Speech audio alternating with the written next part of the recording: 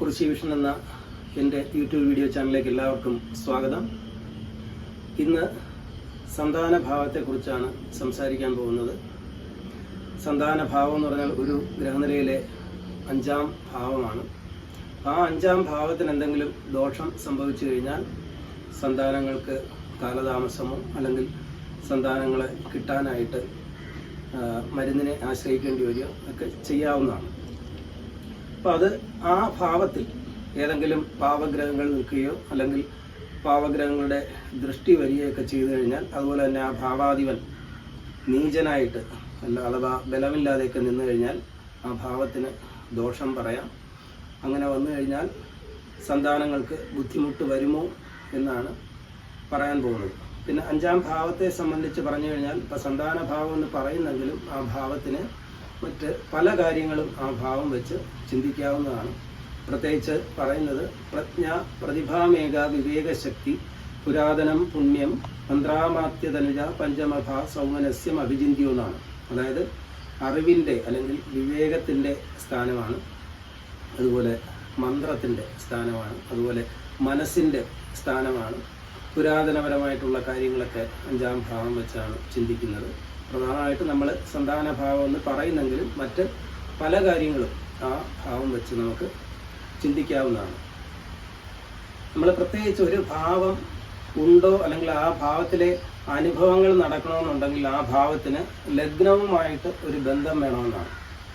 അത് എൻ്റെ ഗുരുനാഥനായ doctor KP Dharmaraja Iyer സാറിൻ്റെ ഒരു പാഠമാണ്. അദ്ദേഹം ഈ ശാസ്ത്രത്തെ വളരെ വ്യത്യസ്ത രീതിയിൽ നോക്കിക്കാണുന്ന ഒരു വ്യക്തിയാണ്.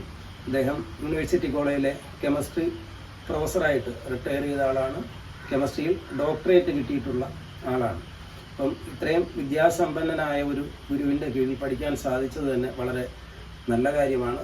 അദ്ദേഹത്തിനെ ഞാൻ ഈ അവസരത്തിൽ സ്മരിക്കുകയാണ്. കാരണം ഈ ശാസ്ത്രത്തെ വളരെ വ്യത്യസ്തമായ രീതിയിൽ നോക്കിക്കാണുന്ന ഒരാളാണ്. അദ്ദേഹത്തിൻ്റെ പൊരുത്ത പരിശോധനാ രീതിയൊക്കെ വളരെ വ്യത്യസ്തമാണ്. ആ പൊരുത്ത പരിശോധനാ രീതിയെക്കുറിച്ചൊക്കെ ഞാനൊരു വീഡിയോ ചെയ്യുന്നുണ്ട്. അതുകൊണ്ട് ആ കാര്യത്തെക്കുറിച്ച് കൂടുതലായിട്ടൊന്നും പറയുന്നില്ല. ഇപ്പം നമുക്ക് വീണ്ടും വിഷയത്തിലേക്ക് തന്നെ വരാം. ആ സന്താനഭാവത്തിന് അല്ലെങ്കിൽ ആ സന്താനഭാവത്തിൽ ദോഷം ഗ്രഹങ്ങൾ നിൽക്കുന്നു എന്ന് വിചാരിച്ചുകൊണ്ട് സന്താനങ്ങൾ ഉണ്ടാവില്ല എന്നൊരിക്കലും പറയാൻ പാടില്ല. അതിന് 3-4 ഗ്രഹങ്ങളെ കൂടി മറ്റ് 3-4 ഗ്രഹങ്ങളെ കൂടി അടിസ്ഥാനപ്പെടുത്തി മാത്രമേ പറയാൻ കഴിയുള്ളൂ. പ്രത്യേകിച്ച് പുരുഷനാണെങ്കിൽ സന്താനകാരകനായ വ്യാഴത്തെ നമ്മൾ ചിന്തിക്കണം. വ്യാഴം എവിടെ നിൽക്കുന്നു, ബലവാനാണോ എന്ന് നമ്മൾ ചിന്തിക്കുക. അത് കഴിഞ്ഞാൽ പിതാവിൻ്റെ കാരകനായ അല്ലെങ്കിൽ അച്ഛനാകാനുള്ള യോഗ്യത തരുന്ന ഗ്രഹമായ സൂര്യൻ ബലവാനാണോ അല്ലെങ്കിൽ ബലമില്ലാതെ നിൽക്കുകയാണോ എന്ന് നോക്കണം. അതുപോലെ തന്നെ സെമൻ്റെ കാരകനായ ശുക്രനെ നമ്മൾ നോക്കണം. ശുക്രൻ ബലവാനാണോ, മീനൻ രാശിയിലാണെങ്കിൽ ശുക്രന് ബലമുള്ള രാശിയാണ്. അപ്പോൾ ഇതൊക്കെ നോക്കിയിട്ട് മാത്രമേ നമുക്ക് ആ സന്താനഭാവത്തിന് 5ാം ഭാവത്തിന് പ്രശ്നമുണ്ടെങ്കിലും നമുക്ക് ഈ സന്താനങ്ങളെക്കുറിച്ച് പറയാൻ പറ്റുള്ളൂ. അതുപോലെ തന്നെ സ്ത്രീകളെ സംബന്ധിച്ചാണെങ്കിൽ സന്താനകാരകൻ എന്ന് പറഞ്ഞാൽ പുരുഷനും സ്ത്രീക്കും വ്യാഴമാണ്. അപ്പോൾ ആ വ്യാഴത്തെ നോക്കുക. അതുപോലെ തന്നെ രക്തത്തിൻ്റെ കാരകനായ ചന്ദ്രനെ നോക്കുക.